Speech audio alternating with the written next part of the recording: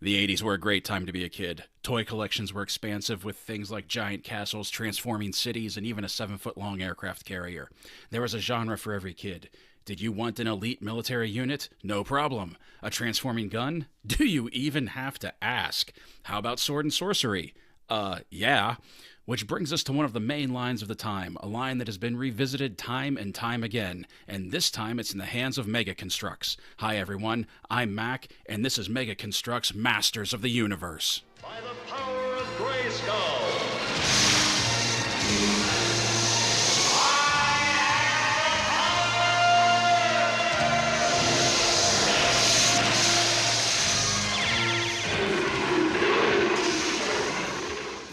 After Kenner unleashed the toy juggernaut that was the Star Wars toy line in 1978, Mattel reasoned that they needed to get in on some of the sweet, sweet sci-fi action.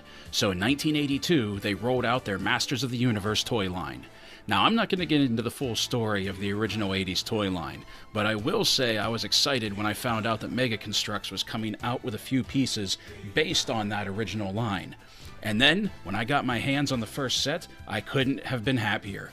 Everything about these pieces, the coloring, the look, and even the box art, is a throwback to the original line. And I mean the original story of He-Man from the mini-comics that came with the figures, not the story that was told in the animated series by Filmation. And believe me, there is a difference. So, let's get into this. What we're starting with is a collection of figures called the Battle for Eternia Collection Pack. This is the foundation that the line is built on the back of. You have 5 of your core characters here: He-Man, Skeletor, Teela, Beastman, and Faker. Looking closer at Faker, you can see that they even included the old control panel design on his chest that would be hidden by his armor. Faker may be my favorite figure out of this pack because of the detail work done on him, and I like that he comes with both the replica of the Power Sword and He-Man's battle axe, something the original 5-inch character did not come with. Teela comes with her shield and her snake staff, however she does not come with the Cobra hood that she had in the original release of her action figure in 1982. If they had just given Teela her shield and a sword, this wouldn't be a big problem. However, with the inclusion of her snake staff, this feels like a bit of a miss. Each figure is one of what Mega Construx calls their super articulated figures. Each one has 12 points of articulation, has at least one accessory, a buildable figure stand with the character's name etched across the front, and some wonderful detail work, especially for figures as small as these are. Each figure stands approximately 2 inches tall. The paint deco on these figures is beautiful, richly colored and highly detailed, which should surprise no one who is familiar with the Mega Construx line of figures. I especially appreciate the detail work on Teela and Beastman. I really like the deco for He-Man and Skeletor, but they do have their faults, and we'll look at those a little bit more in a moment. Price of the Eternia collection pack is pretty decent for what you get. At $20 for the pack of 5, you get basically one figure for free. Next up, we have a fan favorite as well as a favorite of one of my own. First off, what I love about this figure most is the combination of classic and iconic. The armor only being on the left side of his arm and leg, the mace, the highly detailed breastplate, and even the green color of the bodysuit all harkens back to the original 5-inch figure. And what's more, the addition of the dark fur lining around the arms of his breastplate is a nod to the illustrations of Man-at-Arms in the original mini-comics that came with his figure. I've never seen the addition of the fur lining anywhere other than in those comics. That's the classic look. For iconic, we have something simple, but Mega Construx gave him his mustache. Alright, look. Unlike most kids that grew up in the 80s, I did not like He-Man and the Masters of the Universe cartoon. It was bad. It dumbed down the story of He-Man and Skeletor, made He-Man a Superman ripoff, and it was just total and utter camp. And I mean, come on. Prince Adam gets a tan, and all of a sudden nobody realizes he's He-Man. At least Clark took off his glasses. Anyway, back to the matter at hand. As much as I disliked the cartoon, one thing that it did was give Man-at-Arms a name, Duncan, and his facial hair. It may seem like a minor addition to the character, but it really did help give him more character. The mustache has become such a staple of the character that when I look at my original 5-inch figure, even for me, someone who grew up playing with the toys, it's jarring to see him without it. The combination of classic and iconic for the figure is an awesome combination that I didn't know I needed in my life until Mega Construx brought this out. For accessories, he comes with a blaster pistol and his iconic yellow-orange mace. While his forearm and shin armor is molded into the body, the shoulder pauldron of his breastplate are separate pieces that can be removed from the figure. The back of his breastplate has 2 studs that can hold the mace and pistol. I like this. I always think it's cool when a figure is able to actually holster its weapons. Like all the figures in the Battle for Eternia collection pack, Man-at-Arms comes with his own brick-built display stand with his name etched across the front.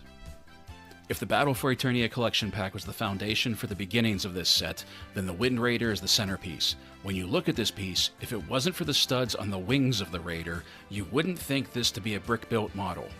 Everything fits together tight, smooth, and has beautifully detailed printed pieces along the fuselage and nose of the aircraft. What I appreciate the most about this model design is that it matches what we saw in the mini-comics rather than what the 80s toy actually was. Don't get me wrong, I had the Wind Raider when I was a kid. I loved it. It was one of my favorite vehicles for the Masters line. Ironically, it was also my first vehicle for the Masters line, which makes this coming out all the more special to me. But the original toy was bulky. It was chunky, there was nothing streamlined about it. Even the bird's skull was a little too bulky. And I get that it had to be that way to accommodate both the 5-inch figure and children's hands. But this model is sleek and elegant looking, especially with all the smoothed over hull pieces. Scaling compared to the figures is spot on as well. It looks like this thing is actually large enough to house an engine and turbines to take the pilot into the sky. On both the original packaging and the mini-comics, it was stated that the Wind Raider was capable of amphibious landings, making it possible to touch down on the water as well as land. As such, it has an anchor that can be deployed from the front of the vehicle. The twine that comes with the set is not very long, but then again, things like this never are as long as you want them to be. This can be easily fixed by cutting your own piece of longer twine and using it instead. To winch the anchor back up, just rotate the bird skull. The Wind Raider has no offensive weapons, but it has been shown in the mini-comics using its anchor as a ram to knock other aircraft out of the sky. Its primary purpose, though, was as a transport rather than a combat craft, and was originally seen as the primary vehicle for Man-at-Arms. Packaged with the Wind Raider, we also get a reissue of He-Man and Skeletor, and truthfully, these pieces are closer to their original counterparts than the ones that were in the Battle for Eternia collection pack. He-Man does not come with the power sword or shield, but instead we get his giant dual-headed battle axe, something that I always liked better because I thought it was more in line with his character. Looking at the figure, we can see that his power suit and his axe have a shiny silver coating, giving it a metallic look, rather than the dull gray that comes with the collection pack figure. I like this a lot, but it is also a little frustrating because now, when I arm He-Man with the battle axe and the shield looks rather lacking when compared to the power suit and axe, having a dull, gray, muddied look to it. Skeletor, for the most part, is colored and sculpted exactly the same as his collection pack counterpart. The only real difference between the two figures is the paint deco on their feet. The Skeletor that comes with the Wind Raider has solid painted feet to look like he is wearing boots, which is true to the original 5-inch figure. The Skeletor that comes with the Battle for Eternia collection pack has bare feet and is painted to look like he's wearing spat-like coverings over the tops of them.